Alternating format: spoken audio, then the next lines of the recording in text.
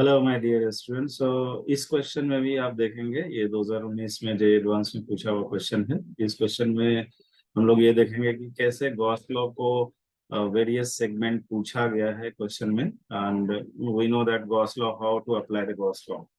Gauss law जब भी हम लगाते हैं तो उसमें यही कंसेप्ट है कि जो गॉसियन सरफेस होता है उसके अंदर में जो चार्ज है that is considered as the Q enclosed.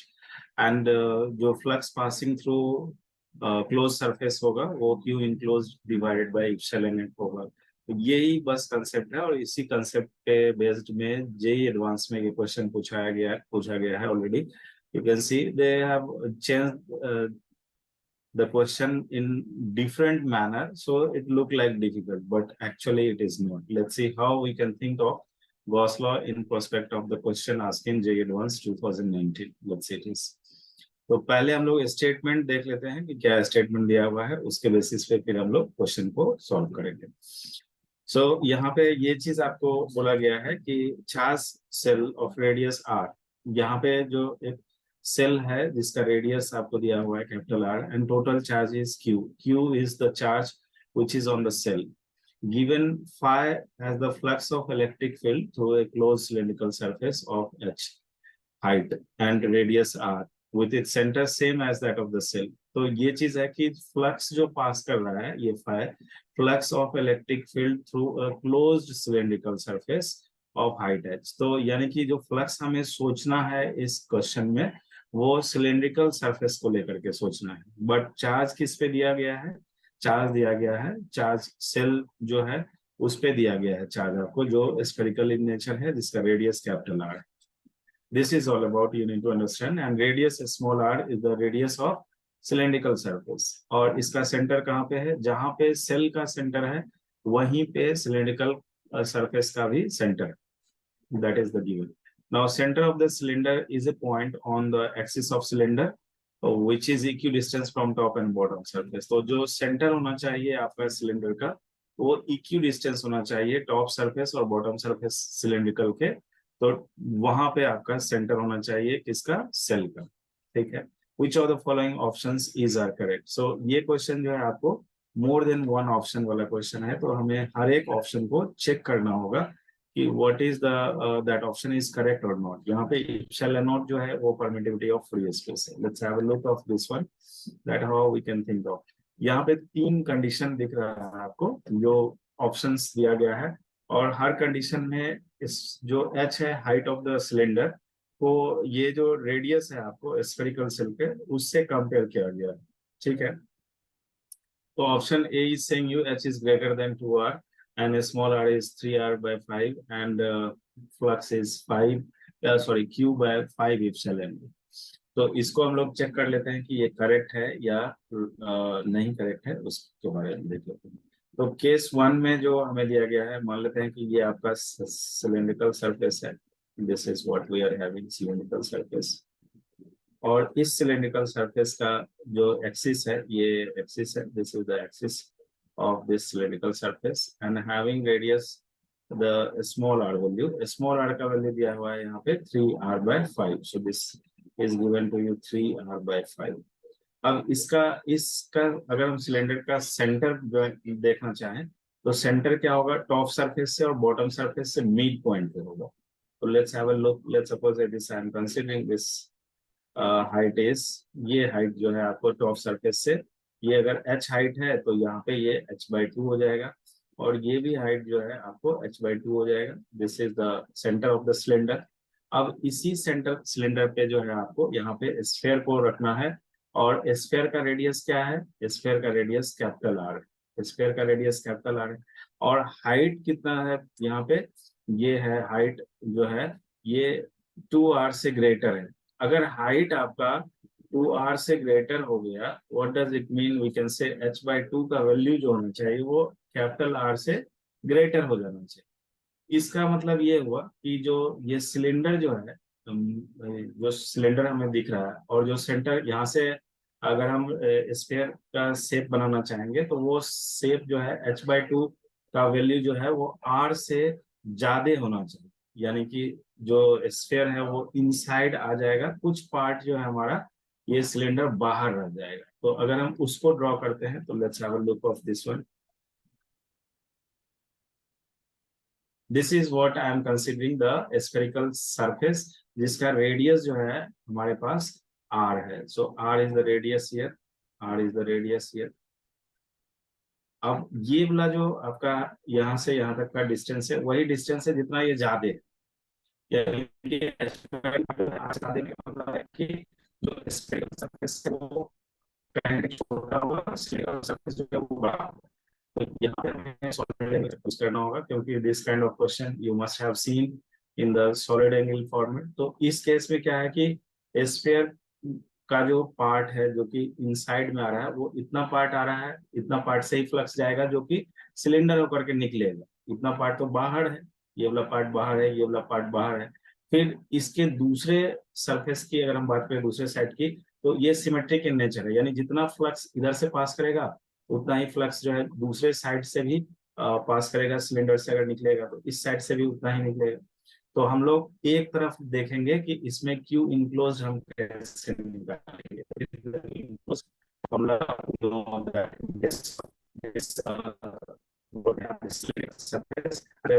तो इसमें जो है सॉलिड एंगल कंसेप्ट को हमें यूज करना होगा। तो सॉलिड एंगल कंसेप्ट में हम जानते हैं कि इसमें जो है क्यू इनक्लोज जो होगा, this is 2 pi and 1 minus of cos theta, and what is the total charge on the sphere, what is that, q, and divided by 4 pi, 4 pi। तो पूरे जो एंगल होता है सॉलिड का वो 4 पाई होता है। This you know that it is how I have written this one. तो यहाँ पे थीटा जो होगा वो कितना होगा, तो यहाँ आर का वैल्यू कितना है, 3r/5 है। तो हम साइन थीटा अगर लिखना चाहें तो sine theta will be small r, this is small r, and ये जो है स्मॉल r अगर सर्कुलर वाइज इमेजिन करोगे तो यहाँ पे ये दिखेगा आपको। This is what you can imagine over here. तो ये वाला जो डिस्टेंस है ये आर होगा, और ये स्लैंट हाइट जो है यहाँ पे ये कैपिटल आर है। तो what we can write here, it will be this angle is 90 here. So sine theta अगर हम लोग लिखेंगे तो this is small r by capital R। And what is a small r value in this question? In this option, it is we have 3r divided by 5 and divided by r। तो यहाँ से ये 3/5 आ जा रहा है। Sine theta का value अगर 3/5 है, this kind of triangle you must keep in mind, this is theta and this is what we have 3 and this is 5 here, this will be 4, so this angle will be 37 degree। sin theta is 3/5। तो यानी कि यहाँ पे theta का value जो है वो 37 आ गया। तो cos 37 हम लोग कितना यूज करेंगे, cos 37 will be here, it is 4/5।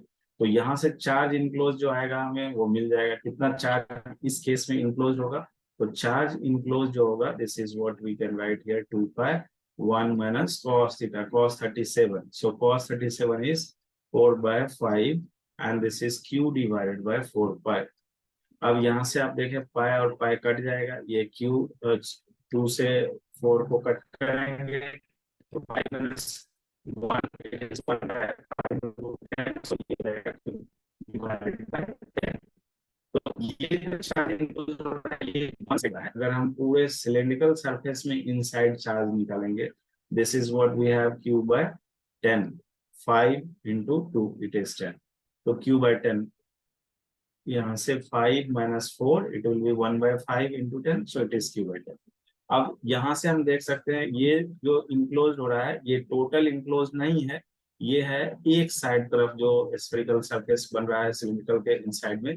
तो अगर हम फ्लक्स पासिंग लिखना चाहें सिलिंड्रिकल सरफेस से तो ये हो जाएगा ट्वाइस इनटू जो कि वैल्यू आया हमें चार्ज का, Q enclose divided by epsilon not, and this will be Q divided by it is 5 epsilon. तो यहाँ से आप देख पा रहे हैं कि जो फ्लक्स हमें मिल रहा है वो q/5 इप्सिलॉन नॉट आ रहा है, और ऑप्शन में जो आपको दिया गया है वो q/5 इप्सिलॉन नॉट है। ये ऑप्शन हमारा करेक्ट है, जो पहला ऑप्शन है वो हमारा करेक्ट है, ये option is correct. Now we will think about the option B, कि जिस समय h का वैल्यू जो है 8r/5 से छोटा हो जाए और r का वैल्यू 3r/5 हो जाए, तो उस केस में फ्लक्स क्या होगा। तो एच का वैल्यू अगर 8r/5 से छोटा होगा, एच क्या है, एच है सिलेंडर का हाइट, एच का वैल्यू अगर 8r/5 से छोटा हो, let's see it is, this is the cylinder we are having,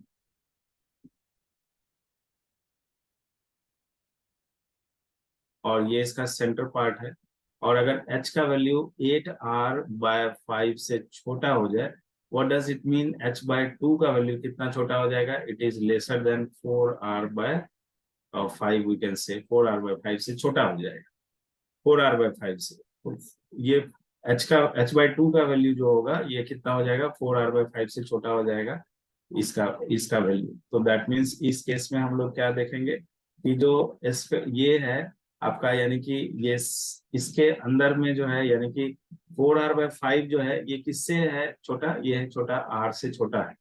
r से छोटा होने का मतलब है कि इसका अगर हम सेंटर लेते हैं तो ये इंगल्फ हो जाएगा इस केस में, और ये जो है आउटसाइड चला जाएगा, जो स्फेरिकल सेल है वो आउटसाइड हो जाएगा, क्योंकि यहाँ पे हमारे पास जो हाइट आ रहा है इस सिलेंडर का, यानी h/2 का जो वैल्यू है, this is lesser than 4r/5 से छोटा, 4r/5 से छोटा होने का मतलब है कि r से छोटा होगा, इसका मतलब साइड में चला गया, सिलेंडर साइड चला गया।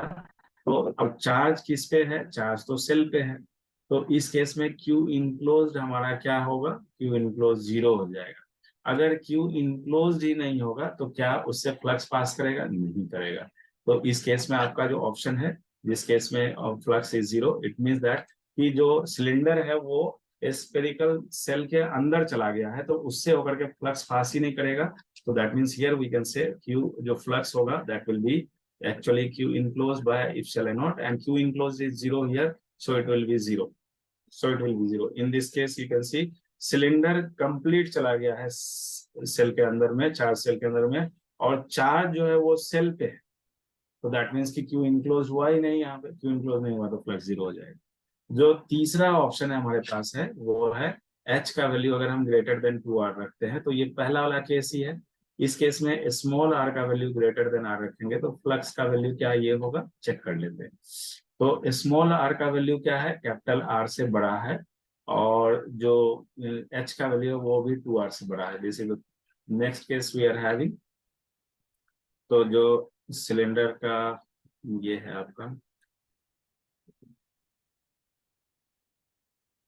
इस केस में हम लोग देख लेते हैं कि यहाँ पे इसका सेंटर पॉइंट है, और ये जो है आपको h/2 डिस्टेंस है, यहाँ पे h/2 डिस्टेंस ये सेकंड हो जाएगा, this is h/2। और इसमें हमें ये दिया गया है कि सेंटर का रेडियस है small r, that value is greater than the capital R value। This is the option we are having। Small r जो है वो कैपिटल R से बड़ा है। तो स्मॉल आर किसका रेडियस है, स्मॉल आर सिलेंडर का रेडियस है। दैट मीन्स कि this is given to you, small R is greater than capital R. इसका मतलब है अगर स्मॉल आर कैपिटल आर से बड़ा होगा तो इसका मतलब यह हुआ कि जो सेल है वो आपका इनसाइड में कहीं पे होगा, और उससे छोटा होना चाहिए, यानी कि उसको वो टच ना करे सरफेस को, उससे छोटा होना चाहिए। That we have to make the diagram. So here let's suppose I am considering this is the cell here and having radius r। अब इस सेल पे चार्ज Q है, तो यानी ये पूरा का पूरा चार्ज जो है ये सिलेंडर के अंदर आ गया, तो इस केस में आपका Q इनक्लोज जो है वो Q के बराबर होगा। तो इस केस में सिलेंडर होकर के जो फ्लक्स पास करेगा वो हो जाएगा Q by epsilon naught। and you can check the option that it is given here in option, it is mentioned that when we are considering the third option, this one. So in this case, you can see here, or this option, what we are having. In third option, we are having h greater than 2r and small r is greater than r. Flux is q by epsilon naught। तो ये तीसरा case में हमें ये चीज मिल रहा है कि जिस समय पूरा का पूरा सेल जो है सिलेंडर के अंदर आ जाएगा, तो सिलेंडर से कितना फ्लक्स पास करेगा, क्यू बाई एप्सिलॉन नॉट, क्योंकि जो क्यू इनक्लोज हो रहा है सिलेंडर के अंदर में जो हो रहा है वो आपका पूरा का पूरा ये चार्ज हो रहा है जो सेल पे है, इसीलिए यहाँ पे ये होगा। और जो लास्ट ऑप्शन हमें दिया गया है, जो फोर्थ वन ऑप्शन दिया गया है, let's have a look of fourth one, how to do this fourth one. Let's fourth one option लोग देख लेते हैं क्या है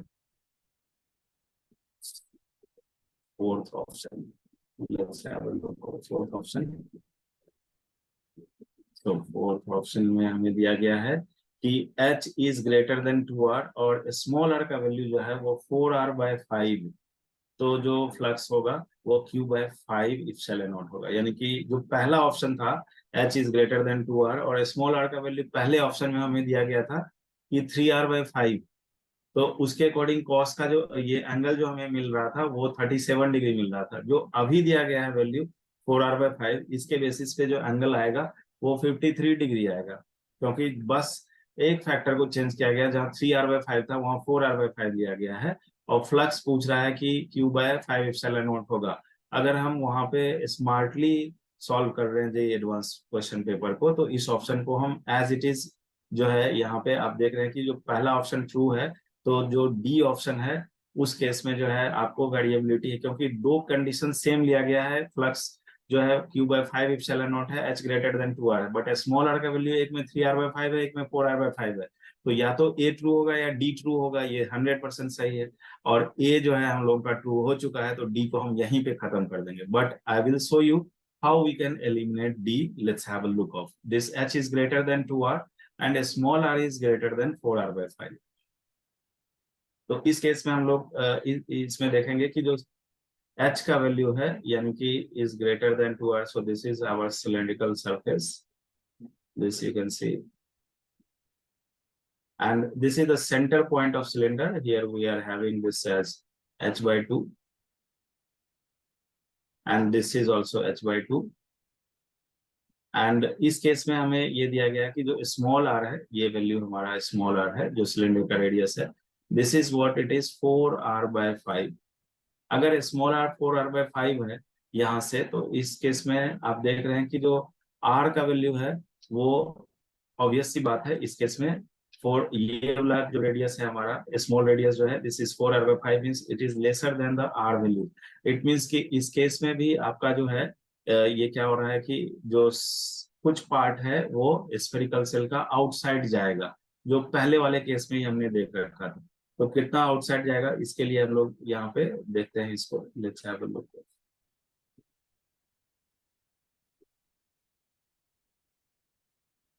If H is two, this is given to you that H is greater than 2R. The first condition, fourth option we are having, H is greater than 2R. तो H का value कितना लिया गया है, H greater than 2R, this one. तो इसका मतलब है कि H का जो वैल्यू H/2 जो होगा, this will be greater than R हो जाएगा इस केस में। और यहाँ से हम लोग इसको अगर डिस्टिंग्विश करना चाहें तो this is your R value, this is your R value, and this will be theta here. In this case, if you write the sine theta value, it will be a small r by capital R. A small r is 4R/5 here, and capital R is R itself, so it is 4/5. When we have sine theta 4/5, it means this kind of theta it will be. Here it is theta, this is 4, this is 5, this is 3. So theta will be here 53 degree. So when theta is 53 degree, we can write the charge enclosed this side, this part, how much charge यहाँ से जो आपको flux करेगा, इस solid कारण से कितना charge वहां से होगा, वो चार्ज कितना इनक्लूड होगा उस पार्ट में, वो सिलेंड्रिकल सरफेस होकर के क्रॉस कराएगा फ्लक्स को। तो उस चार्ज को निकालने के लिए क्यू इनक्लोज अगर इस सॉलिड एंगल के कारण से हम लोग निकालना चाहें, तो this we know that it is what value here you can write it is, this is the same form you can use here, 2 pi 1 minus cos theta divided by, so here you can use this as 2 pi 1 minus cos 53 degree, and it will be q divided by 4 pi. This is what we can write. Now pi and pi get cancel out, here it is 2 and this 2, it will be cos 53, we can write here 1 minus of cos 53, you can see it is 3/5, and then it is q/2. So यहाँ से 5 minus 3, it will be 2, 2 get cancelled, so it is q/5. So this is the charge enclosed one side of the cylinder only. One side of the cylinder means the solid angle making one side, it will make another side also. This part you can, this part you can think of. So the flux can go through this part, can go to this part. So only that part charge will be considered as a charge influenced by the cylindrical surface and which can produce the flux passing through the cylindrical surface. So वही part में आपको इस flux pace हो सकता है, flux pass कर सकता है सिलिंड्रिकल सरफेस से, जो कि आपको सॉलिड एंगल वाले पार्ट में दिया गया है। तो सॉलिड एंगल वाले पार्ट में हमें कितना होगा, इसके लिए हम क्या करेंगे कि एक तरफ सॉलिड एंगल के कारण से चार्ज को निकाल लेंगे और फिर उस एक तरफ चार्ज के कारण से सॉलिड एंगल, एक तरफ सॉलिड एंगल के कारण से चार्ज को निकाल लेंगे, फिर दूसरे साइड में उसको मल्टीप्लाई कर देंगे and on the basis of that we can calculate the what will be the flux passing through it. What will be the flux passing through? So let's have a look of here. Finally, we can get through that what will be the flux passing in the situation 4 option. It is twice of 2 into and divided by 5 and then divided by epsilon. So 2q by 5 epsilon naught. The final result we are having 2q by 5 epsilon naught. But in option, if you'll check that here, in the option it is given to you q by 5 epsilon, which is not correct. In option it is given to you q by 5 epsilon. So अगर student वहाँ active है जे advance exam में, तो he will analyse initially that ये condition और ये condition जो है आपका सेम है, यहाँ भी ये कंडीशन और ये कंडीशन सेम है, तो ये तो या तो ये सही होगा या ये सही होगा। यहीं पे वहीं पे हम एलिमिनेट कर लेते हैं और हमने पहले ए निकाल रखा था, बट आपको दिखाना ये जरूरी था कि how you can find out exactly the flux in the situation 4th option given to you, that we are getting the flux in that situation it is 2q by 5 epsilon. तो इस case में 2q by 5 epsilon naught होगा। So I hope this question is based on solid angle concept and this is good question to understand the Gauss law and flux calculation. तो इस question को आप एक बार फिर से, अगर आपको समझ में कहीं दिक्कत आएगा तो आप वीडियो को पॉज कर लेना और उसको अच्छे से समझो। I hope it is clear now. Thank you.